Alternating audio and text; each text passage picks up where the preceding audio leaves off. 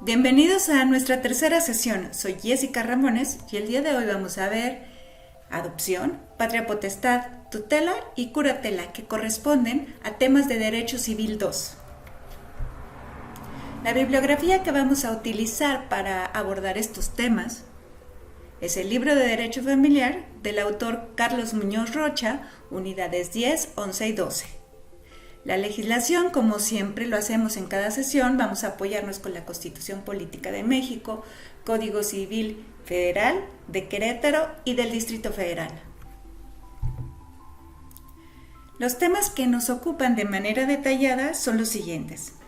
De adopción vamos a ver concepto, naturaleza jurídica, efectos, requisitos para su procedencia, autoridad competente y procedimientos. De la patria potestad, igualmente concepto, naturaleza jurídica y efectos, sujetos y clases. Tutela, vamos a ver concepto, naturaleza jurídica y efectos, clases de tutelas como la dativa, legítima y testamentaria. También vamos a abordar algo sobre el tutor y sobre el adoptado en el tema del tutor. En la curatela vamos a ver concepto y naturaleza jurídica, clases y extinción y la función del curador. El objetivo general de los temas que acabo de mencionar va a ser que al término de esta sesión tú podrás identificar las normas que regulan la adopción, la patria potestad, la tutela y la curatela, mediante el análisis de textos y ejercicios teóricos prácticos para aplicarlas al caso concreto. El primer tema que vamos a ver es la adopción. El objetivo de abordar el tema de la adopción va a ser que al término de este tema tú podrás identificar el marco jurídico que regula la adopción mediante ejercicios teóricos prácticos para aplicarlos al caso concreto. Es decir, en el video vamos a abordar conocimientos sobre la adopción. Posteriormente te voy a asignar trabajos a través de los cuales vas a poder aplicarlo a ciertos casos concretos. Primero vamos a conocer el concepto y analizarlo desde diferentes perspectivas. Primeramente, desde el punto de vista etimológico, adopción quiere decir escoger o elegir a alguien para integrarlo a la familia, como un hijo más, como un integrante más de la familia. La adopción es el acto jurídico por la cual el juez de lo familiar constituye de manera irrevocable una relación de filiación entre el adoptante y el adoptado. Irrevocable. Podemos conocer el caso, por ejemplo, de Estados Unidos, en el cual se pueden alegar incompatibilidad de caracteres, que no hay una buena relación y devolver al niño como si fuera un objeto. Voy a adquirir un niño, no me agrada, no me siento a gusto con él y entonces lo regreso. Y el niño anda hogar tras hogar, nunca integrándose como una familia, sino como un bien adquirido. Aquí en México eso no es posible que pase. Nuestro autor, Carlos Muñoz Rocha, nos propone la siguiente definición. La adopción es una institución jurídica de orden público mediante la cual se crean entre dos personas vínculos de relaciones de paternidad, maternidad y filiación como los que existen en la filiación legítima. Debemos notar que habla de institución jurídica. ¿Qué quiere decirnos con institución jurídica? Es toda esta organización de una situación de hecho que se está dando, porque recordemos que la adopción viene desde Roma. Desde aquellos años ya se hablaba de adopción con sus diferencias, sin embargo, viene desde allá esta situación. ¿Qué hace la ley?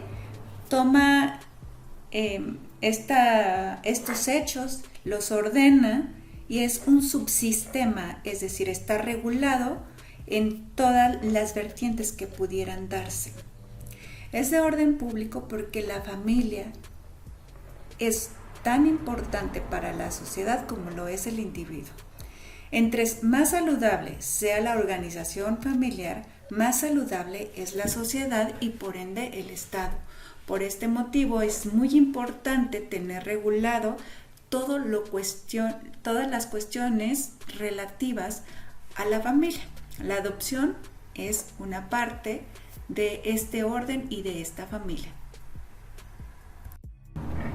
En relación al concepto, tenemos que hacer notar que es un derecho del menor de naturaleza restitutiva que garantiza vivir, crecer y desarrollarse de manera íntegra en el seno de una familia. Generalmente los adultos somos muy egoístas y tendemos a pensar que la adopción es un derecho de nosotros para poder tener una familia, porque nosotros adultos por algún motivo no podemos tener hijos o ya tuvimos los nuestros y queremos integrar a alguien más a la familia y entonces es nuestro derecho como adultos. Sin embargo, tenemos que tener muy en claro que la adopción en ningún momento habla del derecho del adulto, sino del derecho del menor que tiene una naturaleza restitutiva, es decir, la naturaleza biológica. Puede ser que al niño no le dio la posibilidad de tener una familia, ya sea porque los papás se hayan muerto o ya sea desde el otro lado en el que el niño es abandonado y teniendo su familia biológica no la conoce y está dejado en abandono. Entonces, la ley lo que intenta hacer es restituirle al niño este derecho de formar una familia, de estar dentro de una familia que lo quiera, lo cuide, lo procure. ¿Por qué? Porque este niño forma parte de la sociedad y entre más saludable sea su desarrollo, en un futuro será un ciudadano ejemplar, podrá tener una familia y una familia funcional que sea benéfica para todos.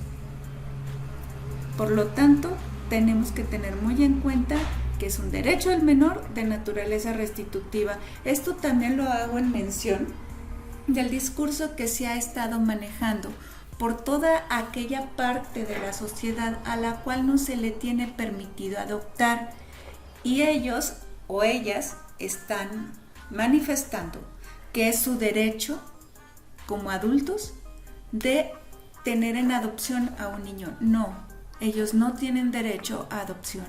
Los niños tienen derecho a ser adoptados como un derecho de naturaleza restitutiva hacia él. Una de las principales críticas que se hace a esto, a la adopción, es que normalmente o usualmente lo utilizan ciertas personas para incorporar hijos no reconocidos a la familia. En segundo, los adoptantes no son desinteresados.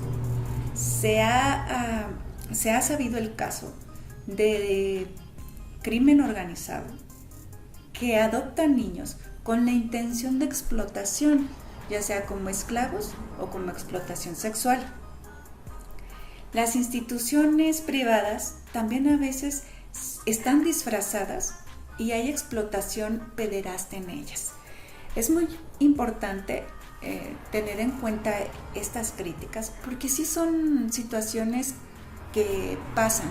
Por lo tanto, el juez de lo familiar, las instituciones que están encargadas de proteger a los niños, intentan hacer una investigación exhaustiva.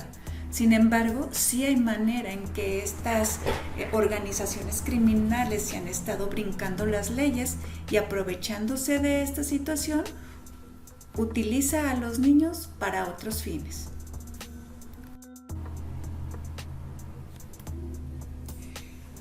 La naturaleza jurídica de la adopción es que es una institución jurídica de orden público. Como mencionábamos hace unos momentos, una institución jurídica hace referencia a un sistema legal que está dedicado a normalizar y a normar un fenómeno de conductas o ámbitos distintos dentro de una sociedad. Entonces, este fenómeno que se da en la sociedad, que es la adopción, y que lo toma la ley y el derecho y lo regula, es a lo que se le llama institución jurídica. De orden público, ¿por qué? Porque impacta en la sociedad, porque es importante para todos, aunque seamos terceros extraños a la situación que se está dando. Por eso es de orden público, porque le interesa al Estado y a la sociedad que esa situación de hecho que se está dando esté regulada, esté normalizada y estemos todos en paz.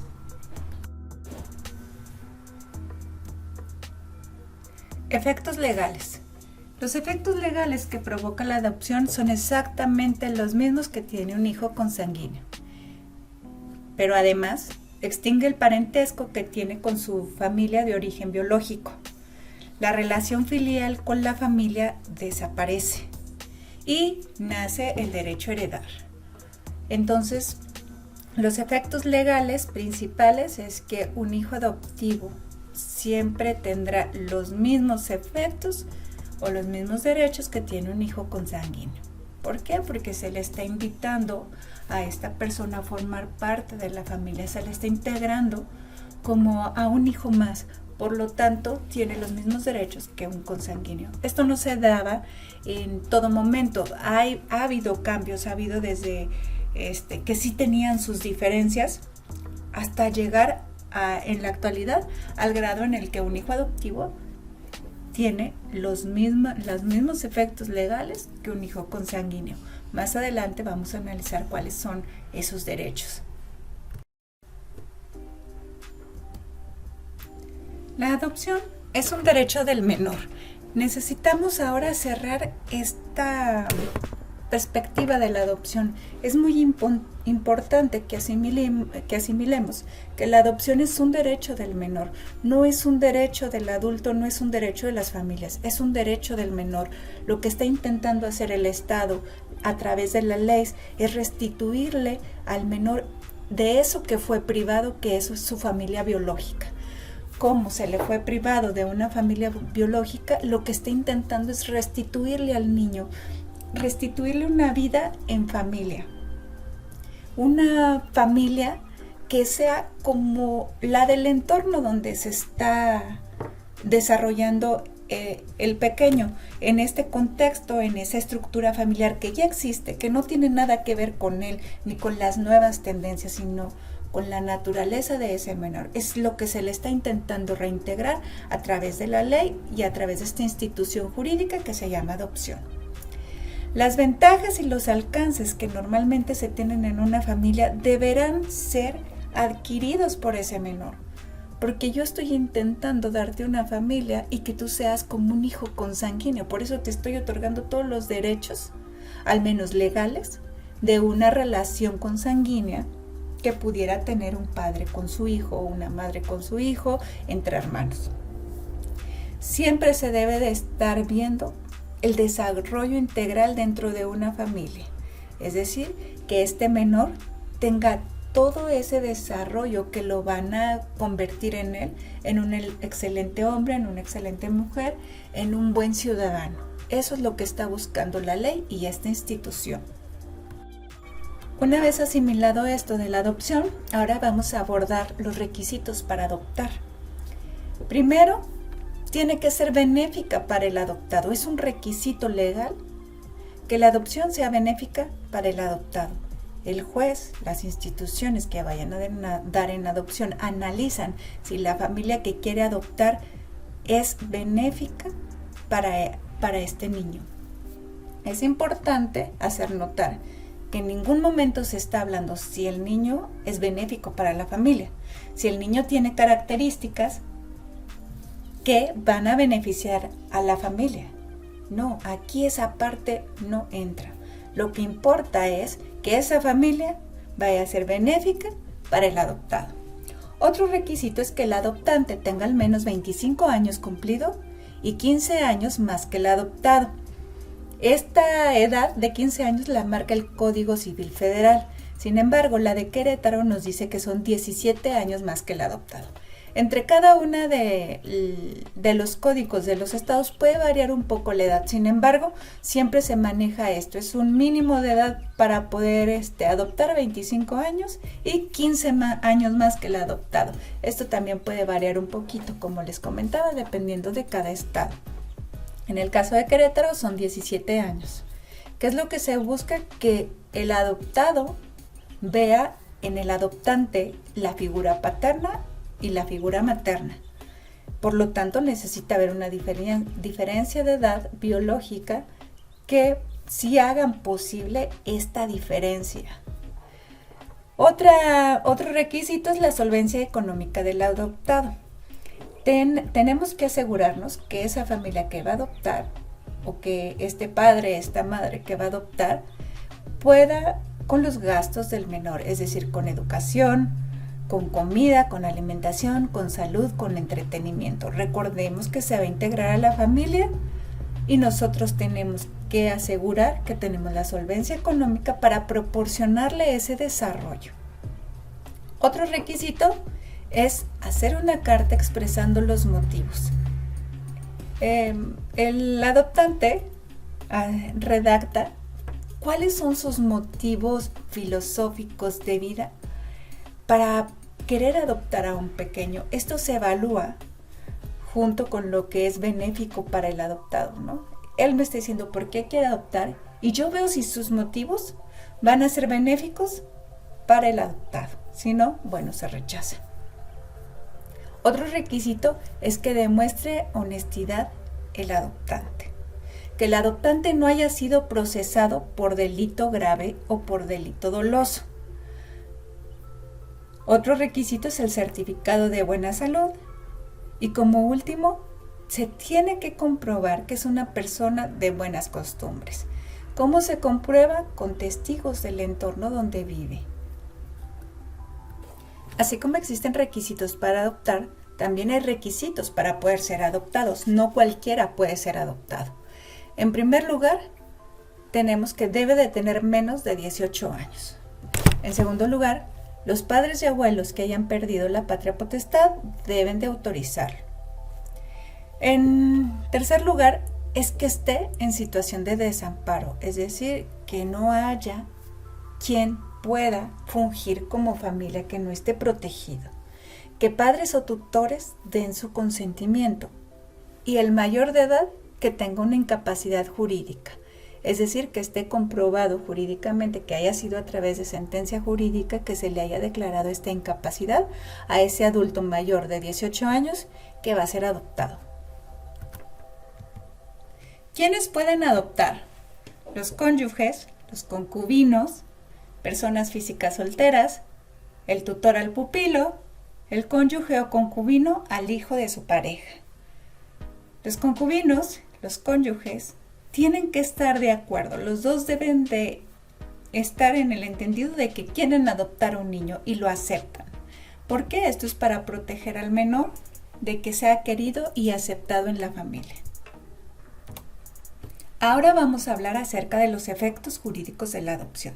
La adopción se constituye al igual que la relación que existe en el parentesco consanguíneo, es decir, los derechos y las obligaciones son plenas e irrevocables, igualitas a las que existen entre los padres e hijos consanguíneos. ¿Por qué es plena? Es decir, no hay limitación. Una vez que el adoptado ingresa a la familia del adoptante, no hay limitaciones por ninguna parte que puedan limitar el uso de la patria potestad o este ingreso del menor a la familia o del adoptando a la familia.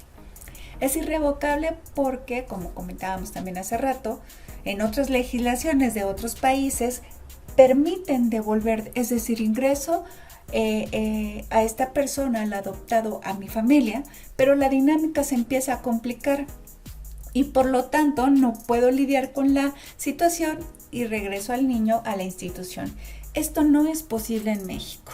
En México se protege al menor, se protege al incapacitado mayor que es adoptado y como sucede en todas las familias, las relaciones humanas son complicadas. Las relaciones en la familia son complicadas y más cuando un niño ha pasado por un periodo de ausencia de cuidados, que está dañado de alguna manera emocional y psicológicamente por este abandono o por esta ausencia de familia, por el no pertenecer a un grupo. Ese es en el caso de que los niños no tengan familia. Ahora imagínense ustedes el trauma que debe de tener un niño en el que sus papás o quienes hayan estado cuidándolo simplemente vayan y renuncien por el motivo que quieran. Para un niño nunca hay un motivo suficiente, aunque la ley lo permita, para que lo entreguen en adopción. Entonces, aunado a esto, muchos de los adoptantes no son con experiencia, es decir, no tienen otros hijos, no tienen familia. Y bueno, la dinámica de cambiar tu rutina diaria, tus costumbres, para darle prioridad a un nuevo ser que ingresa a tu vida es bastante fuerte. Esto lo vivimos los papás, todos, desde que tenemos a un hijo. Imagínense aquellos que adoptan y que también tienen que verse cómo cambia su vida, su rutina. Es fuerte, es un cambio fuerte para la dinámica de la persona, para la dinámica de la familia, por lo cual es irrevocable. Esto se entiende desde antes de crear la institución de la adopción y decir, bueno, existe la adopción. Cuando tú adoptas a un hijo, sabes que es algo irrevocable, por lo tanto, vas a pasar por ciertos periodos de adaptación, tanto tú como adulto, como el niño o el adoptado, y tienen que ver la manera en cómo sí va a funcionar esa relación y esa familia, que es lo que todos los seres humanos hacemos. Otro de los efectos jurídicos es el nombre y el apellido. El niño puede ser que tenga ya un nombre, puede ser que se le respete, sin embargo, algunas familias o algunos adoptantes deciden dejarle el mismo nombre y únicamente compartirle su apellido. Sin embargo, hay otras que prefieren cambiarle el nombre y otorgarle sus apellidos tal cual lo establece la ley. Ahí va a depender mucho de cada caso, de la edad del niño, si es un niño, si es un adulto mayor de 18 años que está en estado de interdicción con incapacidad. Se extingue la afiliación con su familia biológica a excepción para el caso de matrimonio o cuando uno de los progenitores vive en pareja con quien va a adoptarlo. Esta es como el efecto jurídico más importante, porque si al mismo tiempo estamos diciendo que el adoptado va a ser para la familia como un hijo consanguíneo y que pierde sus lazos filiales con la familia biológica, al mismo te decimos sí, pero no todo. ¿Por qué? Porque en el caso del matrimonio sigue existiendo esta relación filial, protegiendo obviamente a la futura descendencia y haciendo caso a estas normas de genética de relación filial con su familia biológica. Para el matrimonio sigue existiendo este lazo y están prohibidos los matrimonios. La adopción siempre será a través de un procedimiento judicial. Nunca va a ser algo administrativo, siempre es judicial. Sin embargo, antes de llegar a ese proceso judicial o ese procedimiento judicial, hay una serie de pasos que se tienen que hacer. Lo más común es adoptar a menores de edad que las tienen algunas instituciones públicas o privadas, el cuidado y el manejo de este proceso de adopción.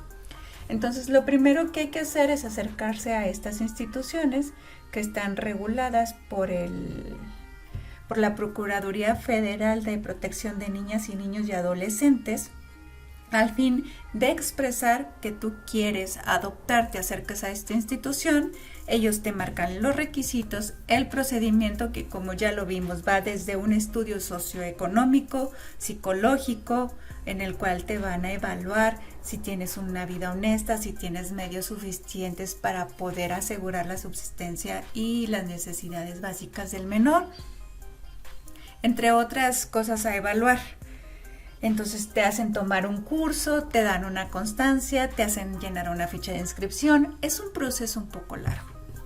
Pero bueno, al final de cuentas, en un inicio es acercarte a esta dependencia de la Procuraduría Federal de Protección a Niñas y Niños y Adolescentes, en el cual tienes que expresar que quieres adoptar, haces un curso, te dan la constancia del curso, te dan una ficha de inscripción, te hacen estudios psicológicos, estudios socioeconómicos, hasta que al fin de este proceso, que sí es administrativo, emiten ellos un certificado de idoneidad para que tú puedas adoptar. Creo que también hay un proceso en el que hay una convivencia con el menor que se va a adoptar y la familia que va a adoptar. Después de esto y de este certificado, entonces ya se inicia el proceso judicial a través del cual se acercan a promover con el juez de lo familiar la solicitud de adopción. Pero digamos que ya hay un proceso preaprobado y que el juez lo único que va a hacer evaluar si se está cumpliendo con la ley. La adopción siempre tendrá que ser por sentencia ejecutoriada ante un juez de lo familiar. Antes de esto hay todo un proceso administrativo con una institución que cuida al pequeño y posteriormente es este proceso judicial. Siempre en este proceso tiene que haber un consentimiento de quien en su momento tenga la patria potestad. Como sabemos, la patria potestad no es renunciable. Sin embargo, existen ciertos supuestos legales en los que está permitido no renunciar, sino excusarse, que más adelante vamos a ver esto en el tema de patria potestad. También el consentimiento lo puede dar la autoridad judicial cuando es un menor de edad que está expósito, es decir, que no tiene una familia y que está en situación de calle. Después de que la autoridad judicial del consentimiento generalmente es transferido a alguna institución de cuidado y de protección al menor. También es importante que si el menor tiene más de 12 años, él dé su consentimiento. ¿Qué es lo que se va a comprobar tanto en el proceso administrativo como en el proceso judicial? Es, además de los requisitos, pues obviamente que hay un modo honesto de vida y una buena reputación de la persona que va a adoptar. Además que tenga ingresos suficientes. Después de todo esto, el juez debe de pedir un informe a la institución acerca del tiempo de exposición del menor y todos los documentos, las pruebas psicológicas, psicométricas, socioeconómicas, y en caso del juez considerar que se tienen que volver a hacer estas pruebas, se tendrán que volver a hacer. Al final se dará una sentencia ejecutoriada en donde hay una pérdida de la patria potestad, quien la tenga en ese momento, y una declaración de adopción.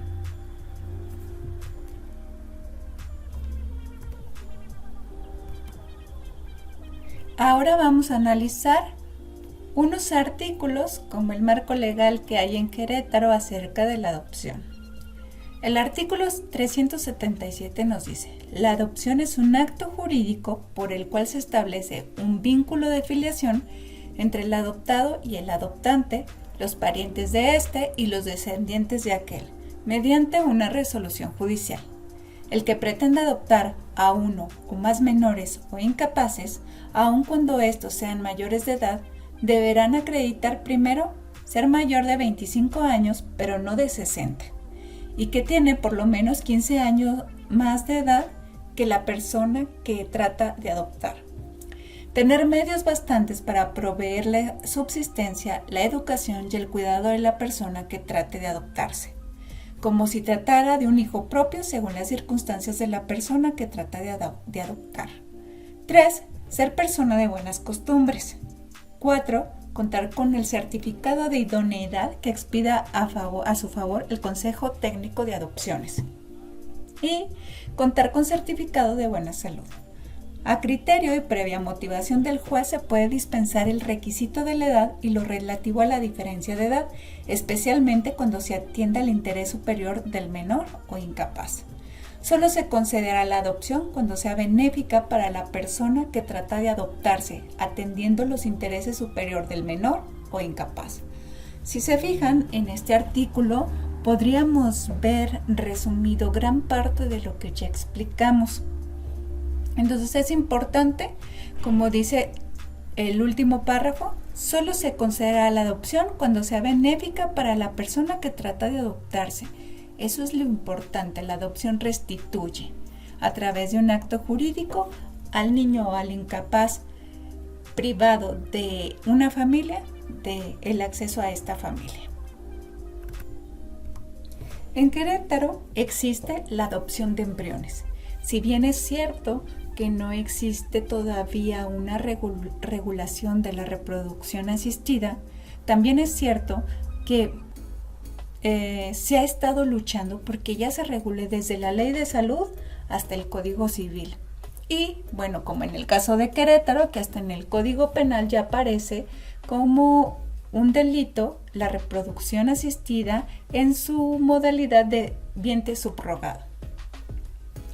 Sin embargo, tratando de proteger y de crear unas nuevas normas, un nuevo sistema que proteja a todos aquellos menores nacidos a partir de una reproducción asistida, la legislación de Querétaro crea esta figura que se llama adopción de embriones, que si bien no estamos tan de acuerdo desde la naturaleza de la adopción, sí se merece un aplauso por querer proteger a los menores nacidos de esta manera.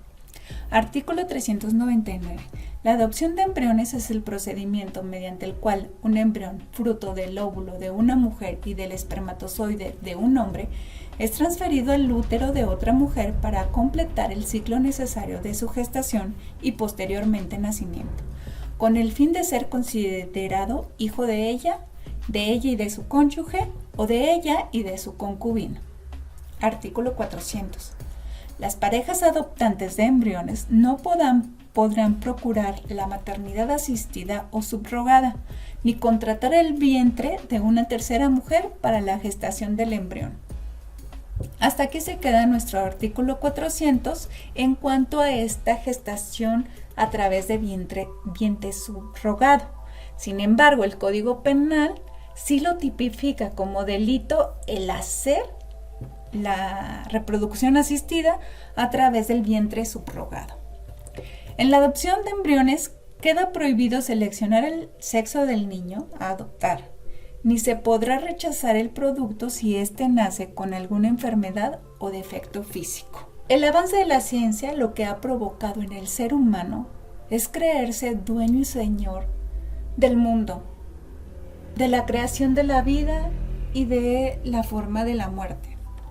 Si bien es cierto que la salud y los avances científicos nos han permitido alargar la vida y también ser padres en caso de que tengamos algún problema que nos impida concebir de manera natural, también es cierto que tenemos nuestros límites, nuestra ética, y debe de regularse, de no llevar hacia el capricho de los adultos una necesidad que la ley no puede, ni la naturaleza puede compensarles. La adopción y la vida ha sido creada únicamente para restituirle al menor la familia que no tenía. Sin embargo, la realidad, como no está regulado, sí se ve que las clínicas han estado haciendo reproducción asistida y han estado dejando en estado de indefensión a esos pequeños que nacen y que no tienen la culpa. Porque así como existe la reproducción asistida con vientre subrogado o solamente con el implante de un embrión de otro hombre y de otra mujer, también existen otro tipo de problemas que se dan en la realidad. Por ejemplo, una mujer que sí puede concebir, pero tiene a su esposo y por algún motivo no puede, acuden a una clínica, hacen una reproducción asistida con espermatozoides de un tercero y resulta que hay un error. Y el niño nace con características diferentes a las esperadas y entonces hay un rechazo del papá, un rechazo de la mamá. Entonces, mientras haya un vínculo genético con alguno de los dos, se puede proteger legalmente al menor. Olvidémonos del trauma que se causa en la familia, del problema económico que se viene para la clínica por las demandas que pudiera ocasionar esto. Hablamos del interés superior, que es el menor.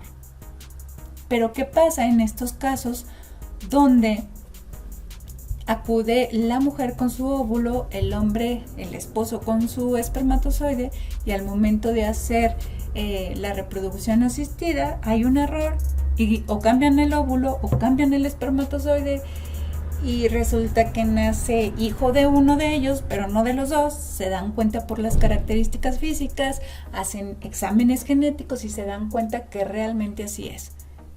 No es hijo de los dos. Hay un rechazo fuerte que ha provocado hasta divorcios.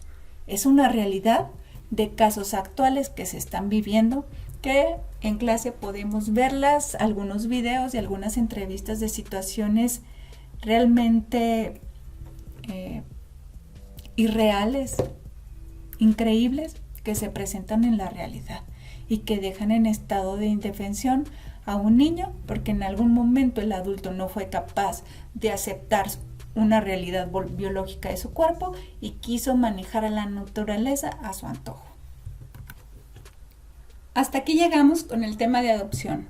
Te invito a que te acerques al Código Civil de Querétaro, al Código Civil Federal, al Código Civil del Distrito Federal, que leas los artículos para el ejercicio que les voy a dejar.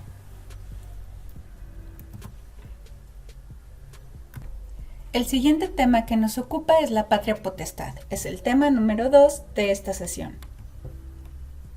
El objetivo particular de este tema es que al final tú reconocerás el concepto de patria potestad, analizarás sus objetivos y fines, identificarás los efectos legales respecto de los hijos y de los bienes, además serás capaz de explicar la terminación, pérdida, suspensión, limitación y recuperación de la patria potestad para aplicarlo al caso concreto. El tema de la patria potestad es muy recurrente en los divorcios o en aquellos casos cuando los padres no están casados. Vamos a analizar primeramente el concepto. Etimológicamente, patria potestad viene de los siguientes vocablos latinos. Pater, que es padre, de ahí se deriva a patrius, que es paterno, y potestas, potestatis, que significa poder o potestad. Etimológicamente, y lo vamos a dejar como hasta ahí, es poder o potestad del padre o de la cabeza paterna, según digesto. Recordemos que la patria potestad también viene desde su origen romano, donde el padre de familia era el responsable de toda una familia, una pequeña comunidad en la que no solamente estaba integrado por esposa e hijos, sino por las nuevas familias de sus hijos y de todos sus descendientes. Actualmente, no se preocupen, cambió completamente en este sentido la patria potestad, de ser una figura que tenía que ver con el poder que tenía el pater familia sobre todo su familia, sobre todo su administración, podía disponer hasta de la vida y de la muerte de sus hijos, podía pagar sus deudas con el cuerpo del hijo. ¿Me explico? Conforme va evolucionando su figura, se convierte en una institución que está creada para proteger al menor. El concepto que nos da Muñoz Roche es el siguiente. La patria potestad es una institución jurídica que procede de la filiación, consistente en un conjunto de facultades y deberes que la ley señala a los ascendientes con respecto a sus descendientes y sus bienes mientras se encuentran en su minoría de edad.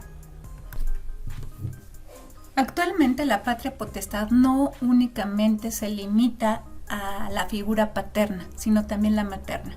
Si bien en un inicio sí era exclusivamente del pater familias o del hombre cabeza de la familia, actualmente están en igualdad de circunstancias tanto el hombre como la mujer y sobre todo en esta figura que se llama patria potestad sobre los descendientes. La naturaleza jurídica de la patria potestad es que es una institución jurídica, como ya lo comentamos hace rato, que era una institución jurídica y a qué se refería. ¿De qué se encarga esta institución jurídica? De la seguridad física, psicológica y sexual del menor, de fomentar hábitos adecuados de alimentación, de higiene personal y de desarrollo físico. ¿Qué quiere decir esto? Imaginemos una familia que tiene costumbres que afecten la salud de sí mismos y de sus descendientes. Si el Estado ve que ese menor está en alto riesgo, tiene la facultad para retirárselos. ¿Por qué? Porque la patria potestad te obliga a fomentar hábitos adecuados de alimentación, de higiene personal y de desarrollo físico. También impulsar habilidades de desarrollo intelectual y escolares y poner límites y normas de conducta, preservando el interés superior del menor. Vamos a estudiar los efectos jurídicos de la patria potestad. La patria potestad recae sobre la persona y los bienes de esta persona, que entendemos que esta persona es un menor de edad.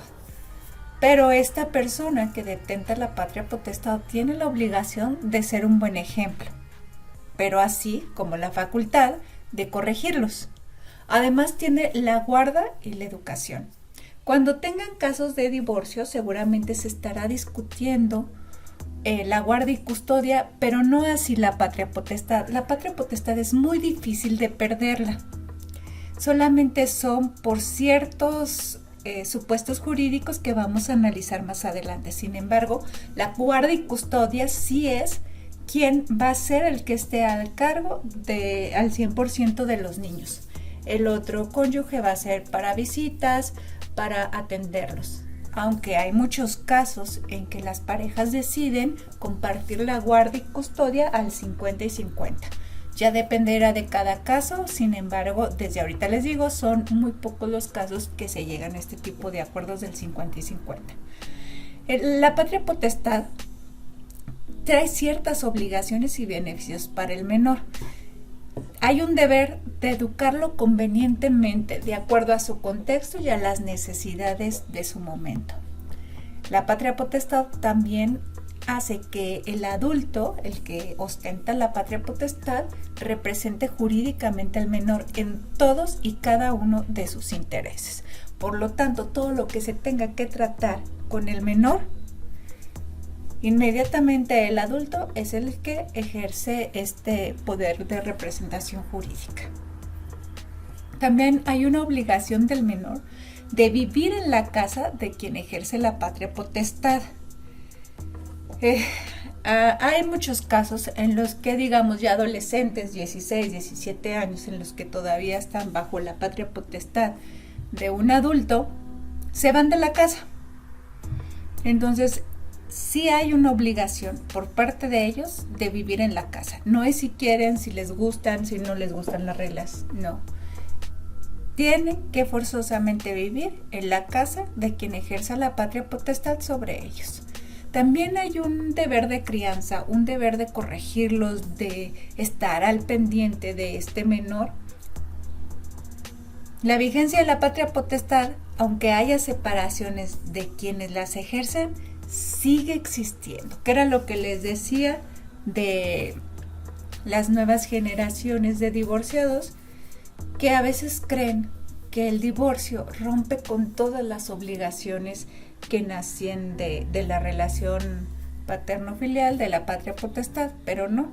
Independientemente de la situación como pareja, la patria potestad no se pierde, no se interrumpe, al menos que a través de un procedimiento judicial así ya lo haya establecido el juez. Es importante que tengamos claro cuáles son los objetivos y fines de la patria potestad, porque como comentábamos en un inicio, en Roma nació como un poder que tenía el paterfamilias sobre las personas y los bienes que estaban a su cargo. Estaba enfocado a él y a una calidad de poderío, de poder disponer de las personas y de los bienes. Sin embargo, en la evolución fue cambiando completamente el sentido a tal grado que pudiéramos decir que se contrapone al origen. Ya no estamos hablando de un poder del paterfamilias o del padre de familia, sino de una obligación que tiene ciertas facultades con la misión de proteger a un menor. Primeramente, el deber de educar a ese menor, educarlo convenientemente. También hay un deber de representarlos jurídicamente. la obligación de que el menor tiene que vivir con quien ejerza la patria potestad. Y la vigencia de la patria potestad no tiene una fecha de caducidad más allá de la emancipación o de la mayoría de edad. Y también hay un deber de crianza. Estos son los objetivos y los fines que envuelven a la patria potestad. Si lo notamos, es completamente diferente a esta idea de poder de disposición de un adulto sobre un menor y sus bienes. Más bien está configurado como una protección hacia el menor. Características de la patria potestad. Son 6. La primera de ellas es que es de interés público. En general, todo el derecho de familia es de interés público. ¿Por qué? Porque su dinámica y sus relaciones sanas tienen un impacto en el exterior, en la sociedad. Por lo tanto, es de interés público. 2. Es irrenunciable. No existe un proceso a través del cual se puede renunciar a la patria potestad. Existe el supuesto de la excusa, pero no de renunciar. Excusa es un ceder la patria potestad bajo ciertas hipótesis y con autorización del juez, que vamos a ver más adelante. 3. Es intransferible. No es una mercancía, no es un objeto que está dentro del comercio. Por lo tanto, no puede ni transferirse ni negociarse sobre ella. 4. Es temporal. Mientras exista un menor de 18 años, mientras exista un menor que aunque no tenga 18 años, pero no haya sido emancipado, existirá la patria potestad. En cuanto este menor salga de ese supuesto, se extingue la patria potestad. 5. Es excusable. Es decir, no puedo renunciar, pero sí puedo ceder la patria potestad por alguno de los motivos e hipótesis que nos presenta la ley. Lo presento ante el juez a través de sentencia ejecutoriada acepta esta excusa. Es imprescriptible. Se da mucho el caso en el que normalmente son los hombres. Los hombres se desaparecen de la vida del menor, de la vida de la pareja y dejan al menor 5, 6 años, a veces hasta 10 años, 15 años. Estamos hablando que el menor tiene 15 años, pero todavía no 18. Y de pronto aparece. La familia, la pareja se enoja, se molesta, porque a pesar de esta desaparición, no se perdieron los derechos de este progenitor. Porque también se puede dar el caso de las mujeres. Es muy poco común, pero sí se puede presentar. Entonces no pierden el derecho mientras no se les lleve a cabo un proceso. Probablemente se les presentarán muchas situaciones a través de las cuales ustedes pueden promover la pérdida de la patria potestad del progenitor que no esté presente en la vida del menor y que además no esté dando alimentos. Sin embargo, no se pierde por el simple transcurso del tiempo. La patria potestad tiene impacto sobre los sujetos y sobre los bienes, pero ¿quiénes son estos sujetos? Los sujetos que pueden estar bajo patria potestad son los menores de 18 años o los adultos incapacitados. ¿Quiénes son los que pueden ejercer la patria potestad? En primer lugar, siempre son los progenitores. A falta de esto serían los ascendientes. Y a falta de esto sería quien designe el juez. Con los bienes, ¿qué van a hacer con los bienes? Deben de administrarlos, deben de dar cuentas y de hacer uso exclusivo para pagar las necesidades del menor. Ahora vamos a hablar acerca de la extinción de la patria potestad. Existen ciertos movimientos como la terminación de la patria potestad, la pérdida, la limitación, la suspensión y la recuperación. Estos 5 movimientos no es lo mismo, aunque terminación y pérdida pudiera creerse que es lo mismo. Aquí la patria potestad, independientemente de que el juez haya decretado alguna medida sobre ella, no es definitiva ni permanente. Si las causas que motivaron este movimiento desaparecen, por lo tanto, si se promueve, se modifica lo que se haya dictaminado. Vamos a analizar la patria potestad en cuanto a su terminación. ¿Cómo se puede terminar la patria potestad? Puede ser por la muerte de los progenitores, por la emancipación de los menores, porque les llegó la mayoría de edad a los menores, o por adopción, a través de la cual se tendría que hacer una cesión de la patria potestad. 2. La pérdida de la patria potestad únicamente se puede dar a través de sentencia ejecutoriada de un juez de lo familiar. ¿Cómo se puede perder si hay violencia intrafamiliar? Se tiene que hacer, recuerden, todo un juicio para lograr la pérdida de la patria potestad. 2. Por incumplimiento de dar alimentos. No es muy simple, no es al primer mes que no cumplió. Se tiene que llenar una serie de requisitos que trae este incumplimiento de dar alimentos. Y bueno, también por abandono por más de 3 meses. Puede ser que el progenitor esté viviendo dentro del núcleo familiar y se desaparezca 3 meses. Esto traía como consecuencia, si se lleva un juicio, a la pérdida de la patria potestad. El caso de la limitación de la patria potestad también se da a través de sentencia. Es decir, no se pierde, pero tampoco se le otorga el 100%. Hay algún movimiento.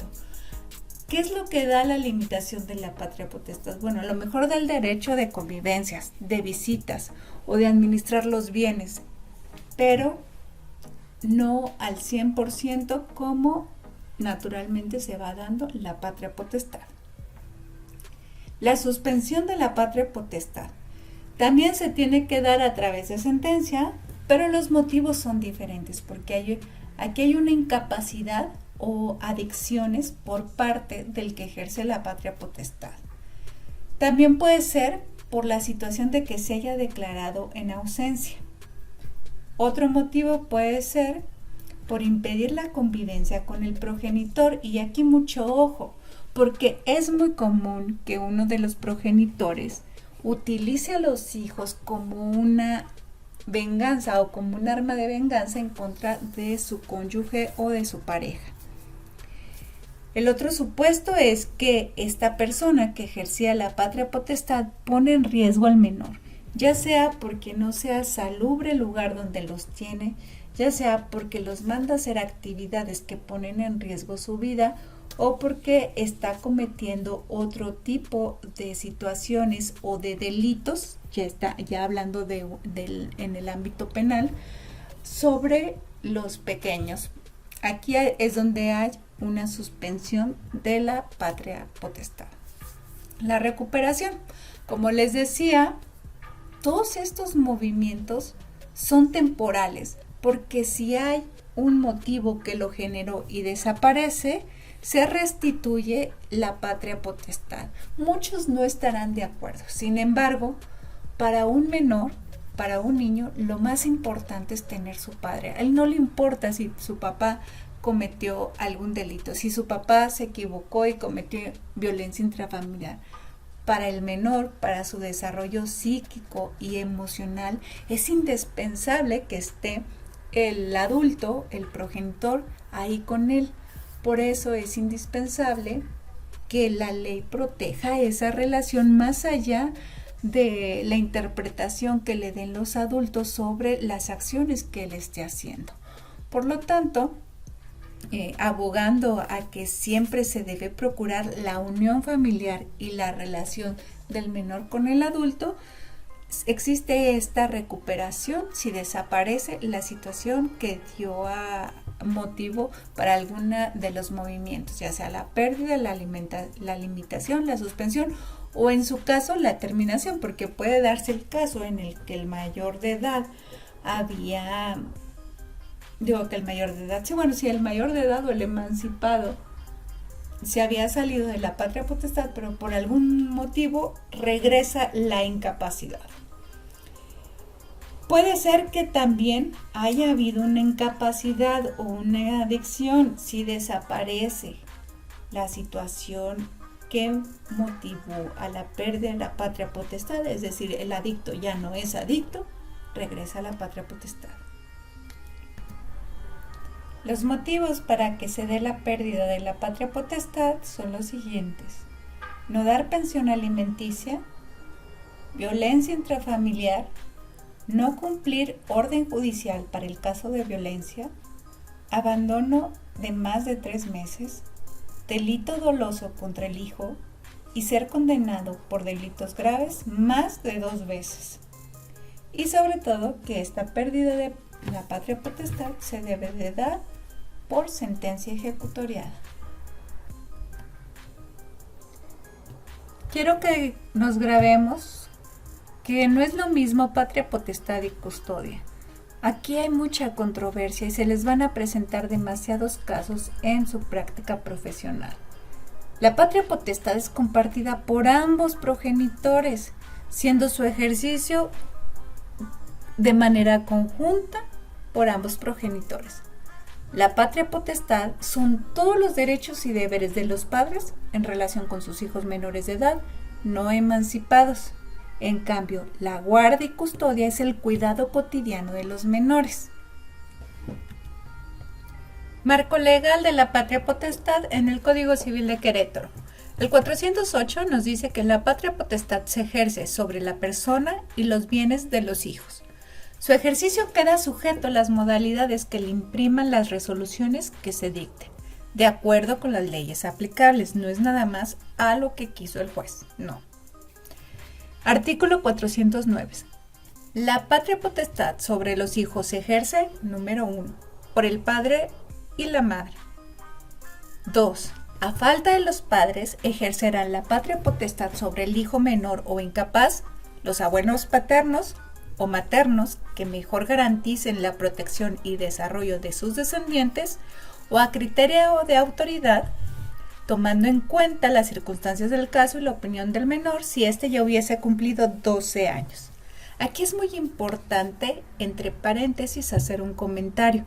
Anteriormente sí había orden de prelación entre los abuelos. Primero se tomaban en cuenta los abuelos paternos, independientemente de que garantizaran o no la protección del menor.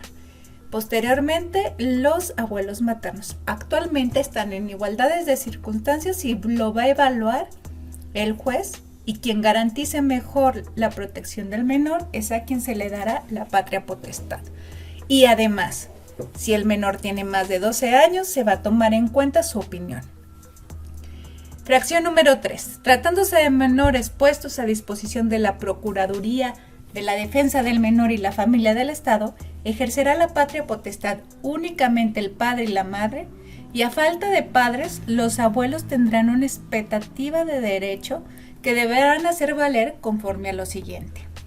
Para los abuelos de menores que hayan sido puestos a disposición de la Procuraduría de la Defensa del Menor y la Familia del Estado, pueden adquirir el derecho y la obligación de ejercer la patria potestad en términos de la presente fracción, deberán manifestar su interés para ello ante el juez de lo familiar que corresponda, dentro de los primeros 90 días contados a partir del día siguiente de la publicación del edicto que contemple el artículo 494 bis de este código.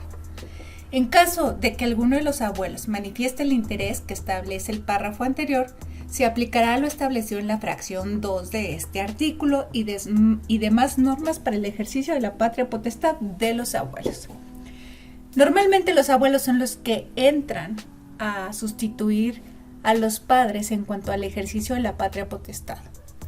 Es un buen avance que ya no solamente se considere a los abuelos paternos como primera opción, sino que se considere en igualdad de circunstancias tanto abuelos paternos como abuelos maternos, y que se va a elegir primero el que demuestre interés y en segundo quien mejor garantice la protección del menor. Nuestro siguiente tema es la tutela. El objetivo particular de nuestro tema será que al término de haber abordado el tema y de haberlo analizado, tú reconocerás el concepto, los tipos de tutela, las garantías que deben de dar los tutores y las formas de extinción. Además, identificarás a los sujetos que no pueden ser tutores y las excusas para ser tutor. Lo anterior mediante ejercicios teóricos prácticos para aplicarlo al caso concreto. Vamos a iniciar analizando el concepto. Etimológicamente proviene de los vocablos latinos tueo, is, ere, que significa proteger o salvaguardar. Del sustantivo latino tutela, estar bajo la protección de alguien. Nuestro autor, Muñoz Rocha, nos da esta propuesta de concepto. Es la institución de interés público que tiene como finalidad la representación jurídica, la protección de la persona y administración de los bienes de los menores de edad no sujetos a la patria potestad y de los mayores incapacitados. Seguimos viendo que aparece institución de interés público por las razones que hemos mencionado anteriormente. La naturaleza jurídica. Insistimos, todo derecho familiar es una institución jurídica creada para proteger a los menores e incapaces. Podemos entender como a la tutela como una creación del derecho con la finalidad de proteger a los menores e incapaces que carecen de quienes ejerzan sobre ellos la patria potestad. Estos tutores, a través de la tutela, representan jurídicamente a sus pupilos y además administran los bienes de los pupilos. ¿Cuáles son las características de la tutela? Primero, es de interés público. ¿Cuáles son los motivos por lo que es considerada de interés público? Por lo que ya hemos comentado en los otros temas. Mientras tenga un impacto dentro de la dinámica familiar y esta a su vez dentro de un impacto de la sociedad, será siempre de interés público.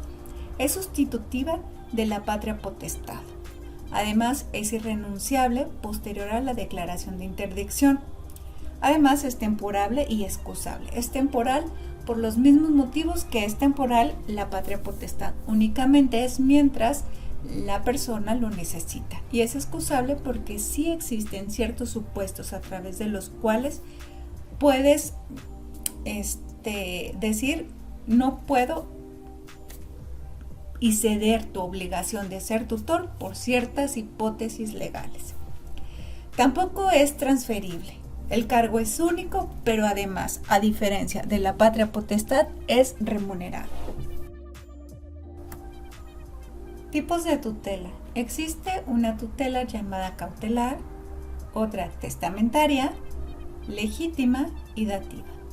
La cautelar es la que se designa para sí mismo el tutor, es decir, antes de entrar en incapacidad o por algún motivo él se da cuenta que va a necesitar un tutor y por lo tanto él lo designa.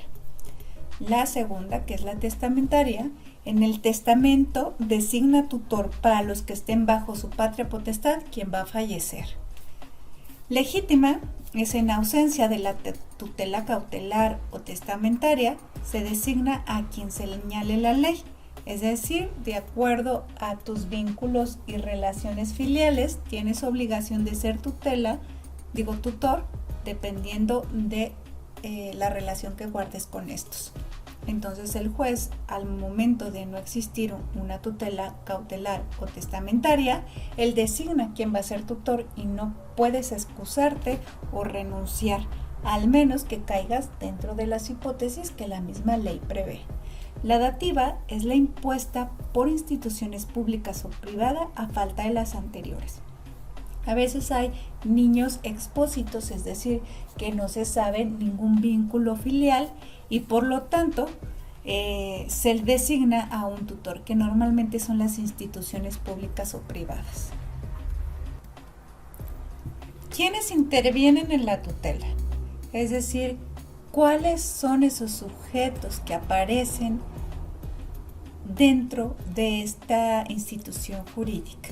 Bueno, en primer lugar, obviamente aparece el pupilo, el tutor, pero además de estos dos, existe el curador, que es quien vigila que el tutor haga bien la administración, el consejo de vigilancia y el juez de lo familiar. ¿Quiénes pueden ser tutores? Las personas físicas y las personas morales. Hay instituciones que se dedican a proteger a los menores. Estas instituciones pueden ser esas personas morales que se hagan cargo de esa tutela. ¿Quiénes pueden estar sometidos a tutela?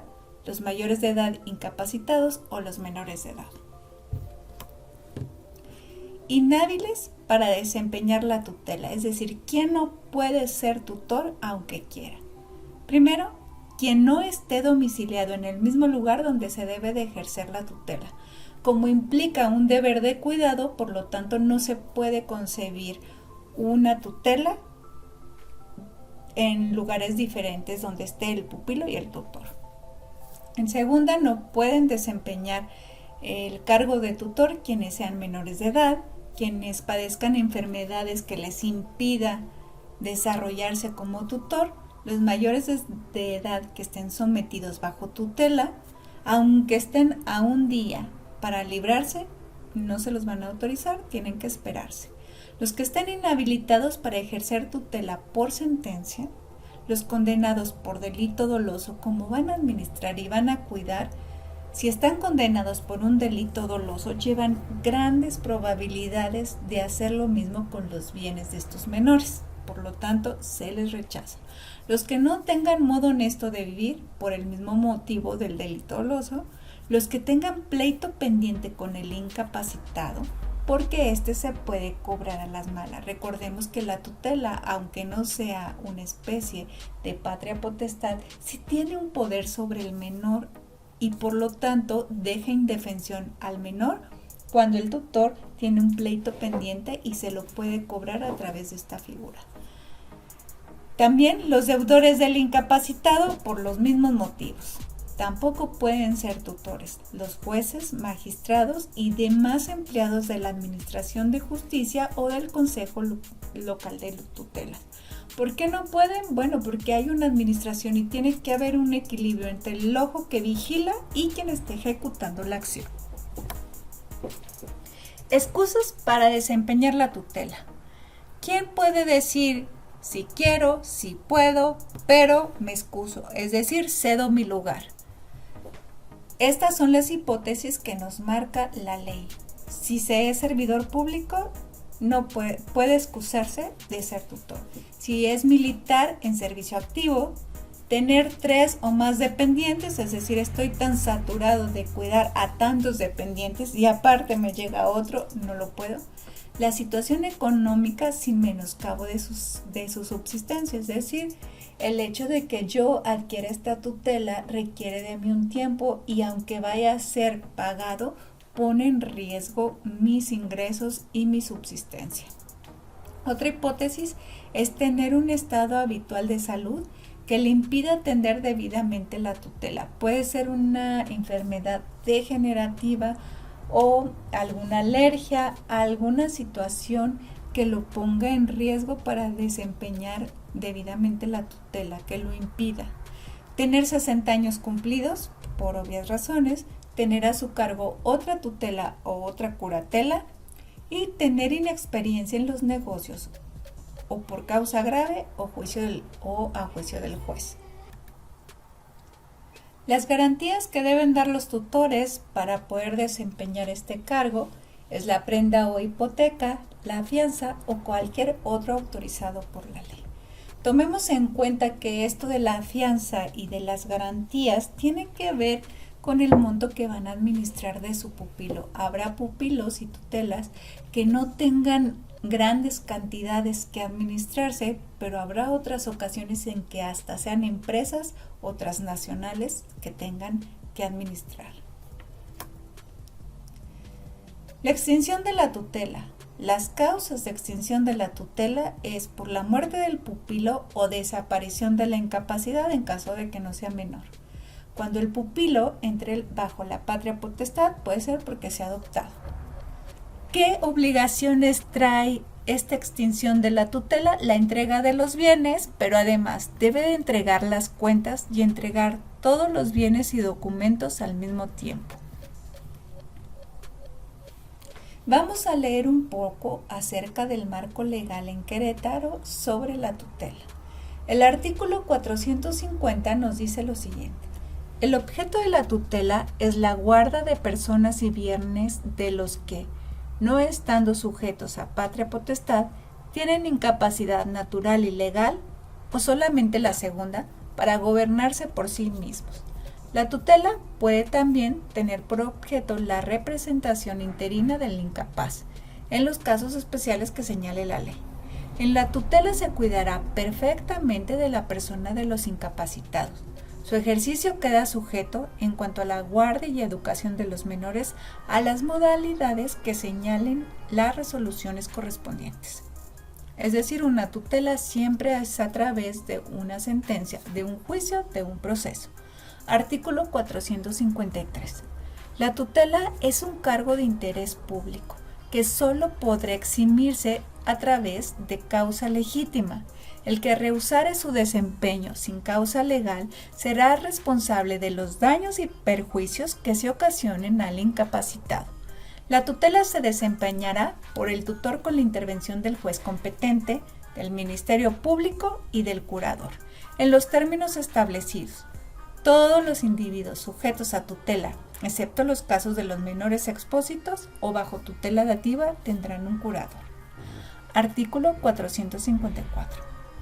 Ningún incapaz puede tener al mismo tiempo más de un curador o más de un tutor definitivo, pero estos últimos podrán desempeñarse respectivamente la tutela o curatela hasta 3 incapaces.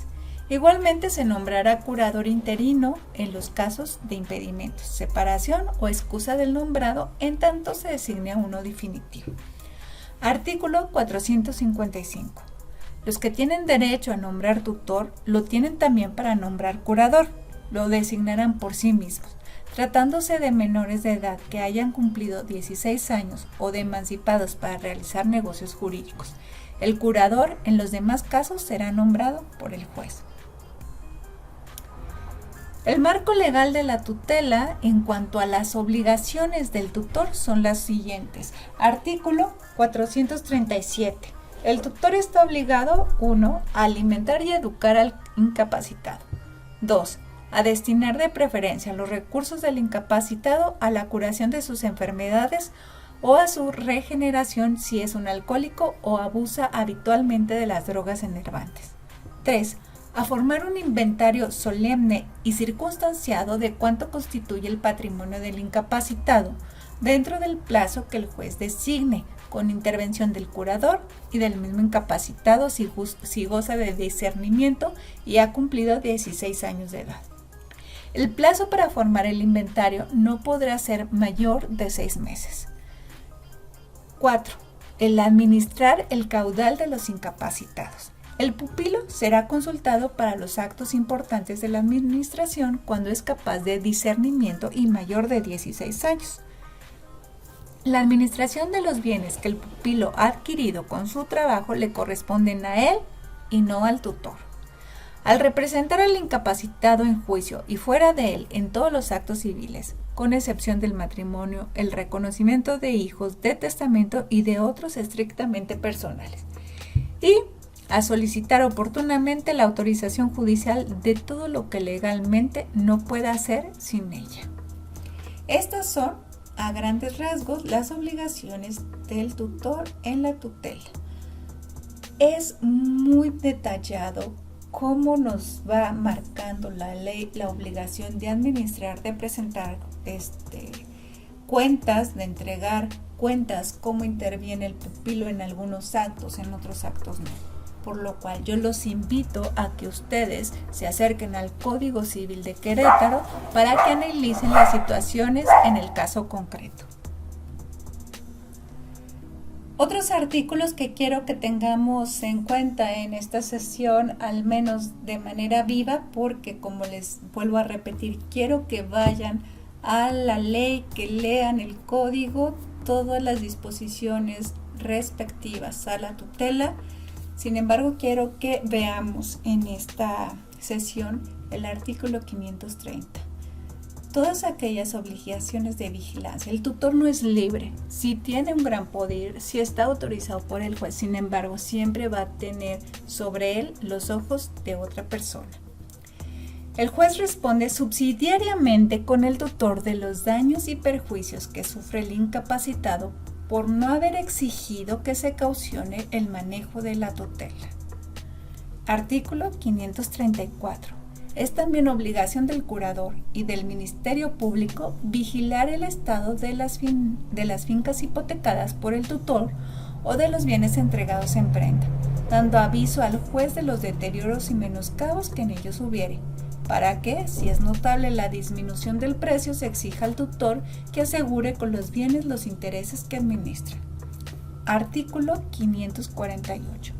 La obligación de hacer inventario no puede ser dispensada ni aun por los que tienen derecho a nombrar tutor testamentario. Artículo 590. El tutor está obligado a rendir al juez cuenta detallada de su administración en el mes de enero de cada año, sea cual fuera la fecha en la que se hubiere discernido el cargo. La falta de presentación de la cuenta en los 3 meses siguientes al de enero motivará la remoción del tutor. Es decir, si te nombraron el 25 de diciembre, no importa, o el 29, tú para el 1 de enero debes estar presentando esta cuenta. Ahora vamos a terminar con el tema de la curatela, que está íntimamente ligado con el de tutela. La curatela es la figura jurídica a través del cual el tutor es vigilado y se protegen los bienes del menor. Debemos de tener en cuenta que no se puede concebir una sin la otra. El concepto de curatela está íntimamente ligado al de tutela. El concepto de naturaleza jurídica. El curador es la persona encargada de cuidar los intereses del pupilo. Por ende, tiene facultades para vigilar el comportamiento del tutor. Todos los individuos sujetos a tutela, ya sea testamentaria, legítima o dativa, además del tutor, tendrán siempre un curador. La curatela podrá conferirse a personas morales sin fines de lucro y cuyo objeto primordial sea la protección y atención de las personas incapaces. En ningún caso, la tutela y la curatela podrán recaer en la misma persona. ¿Por qué? Pues porque uno es el ejecutor y la otra es la vigilancia. No se puede ser juez y parte al mismo tiempo.